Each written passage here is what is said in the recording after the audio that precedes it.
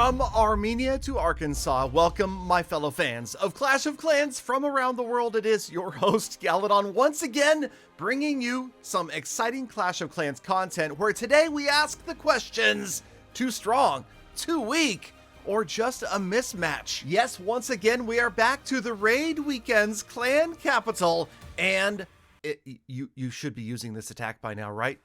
If not, then maybe that means the problem is you're not subscribed to the channel and you don't have notifications turned on.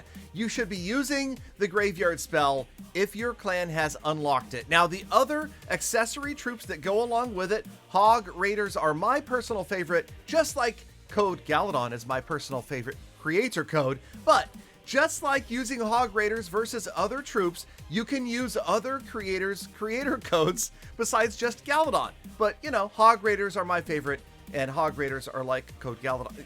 Now, you get the point, right? I've explained it enough. Just please use it. It doesn't cost you anything. Supercell giving the money away to hardworking content creators, and there are a couple of them out there. Okay, fine, a couple thousand. So, okay, anyway, so yes, we are talking about destroying this poor clan. Just got absolutely annihilated. 2 attacks each on these 3 districts using the Hog Raiders, the graveyard spells, and it begs the question, so is Tribe too strong? Are their troops and spells just too high level? Does this clan have too low level defenses? Or is this some sort of mismatch? And all of the above are probably correct. Tribe is just about maxed out offensively. This clan seemed to be lower. A lot of their defenses were level 1, level 2, and Tribes are level 2, level 3. So the higher level troops, the maxed out Hog Raiders, the maxed out graveyard spell against slightly lower level defenses meant a massive overkill, overrun, annihilation, whatever you want to call it. It was fun, okay? And here's the argument that I have for this kind of demolition in the clan capital. Players want to feel OP. I mean, all you have to do is go back and look at Clash videos from about 8 years ago, when every creator was allowed, by the way, we're no longer allowed to do this, but back then, creators were allowed to make videos with 300 of every troop. Remember the 300 P.E.K.K.A., 300 Golem? If you don't, I'll try to put a link right here so you can go take a look at one of them.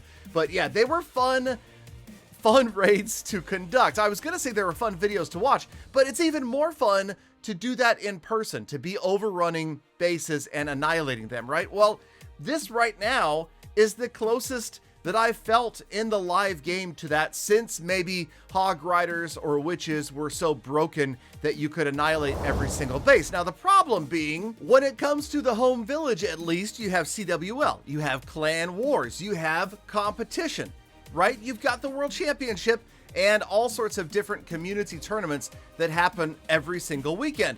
So if you were to do something like that in the home village, it pretty much ruins the whole atmosphere of the game.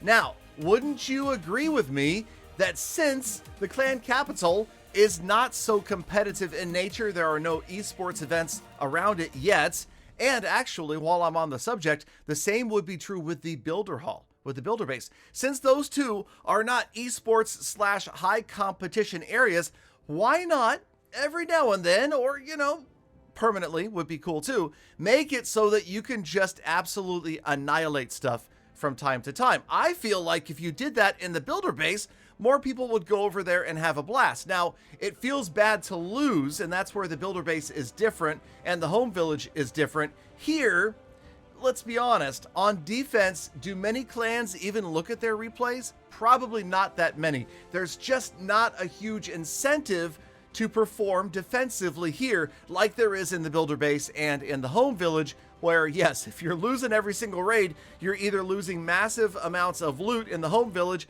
or you're not getting the victories in the builder hall. So that's what kind of makes the clan capital this unique animal, at least for now. And that's where this video has taken a swift right turn about halfway through, and I'm thinking, wait a minute, what we should be doing is arguing that more of this stuff is appropriate. We want overkill, right? You guys want to get in there and annihilate bases, have fun. It honestly probably would get more people to play. I don't know how the clan capital performance is looking right now compared to, say, the builder base. I know early on right after this update, a lot of people were down in the comments, "Yeah, Galadon, it's just like the builder base, it's going to be the same thing."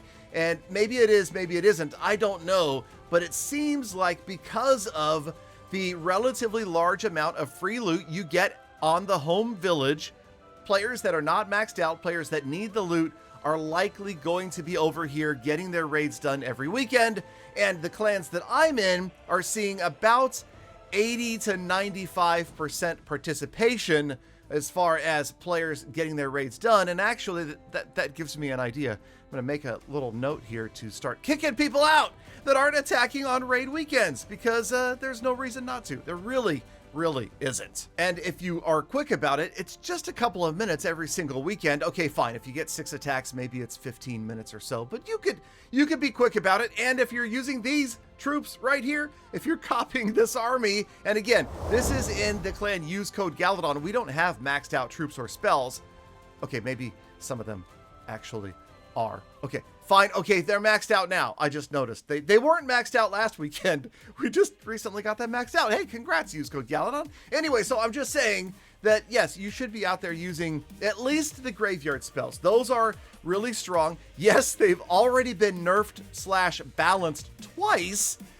Oh, man, twice is enough, right? I can't even imagine that the Clash of Clans team would come back again and alter things to make the graveyard spell even worse.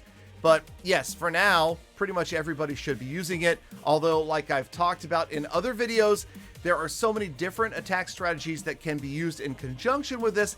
And also, I know it isn't the be-all end-all, and that's the beauty of the clan capital. There are lots of other strategies, troops, and spells that are extremely highly successful and sometimes one-shot bases, and it really comes down again to base design. If you want to become a student of the game, studying bases, looking at the layout, there are ways to take advantage. I see players in my own clan who bring all sorts of different troops. They've got a few Electro Wizards, they've got a Giant, a couple of Battle Rams, maybe some air units mixed in as well. And again, taking advantage of base layout lopsidedness can lead to even bigger raids. But when it comes down to it, Galadon and some of the people that like to watch my episodes prefer spam. They prefer efficiency to try to get through things quickly. And, you know, spam and win can be fun, okay? Watching your units just completely gang up on a district is a lot of fun. And notice, this is nearly a 3-star on the first attack against Wizard Valley right here. We're going to roll in with a second one, and yeah, it will be complete overkill. 5985, pretty good capital gold. Anytime you're getting over 6,000 or around 6,000, I call that a huge success. So we come in, we're going to 2-shot Wizard Valley, and I'm actually going to, I thought, you know what, it'll be fun. Let's drop the graveyard spells back here in the corner and see if we can generate a massive zombie skeleton army. Now, it's obvious that's not going to work out because there's simply not enough buildings left, but the skeletons are going to start to get generated a little bit, and it's, again, complete overkill. It's fun to do stuff like this. It's fun to be able to annihilate bases from time to time.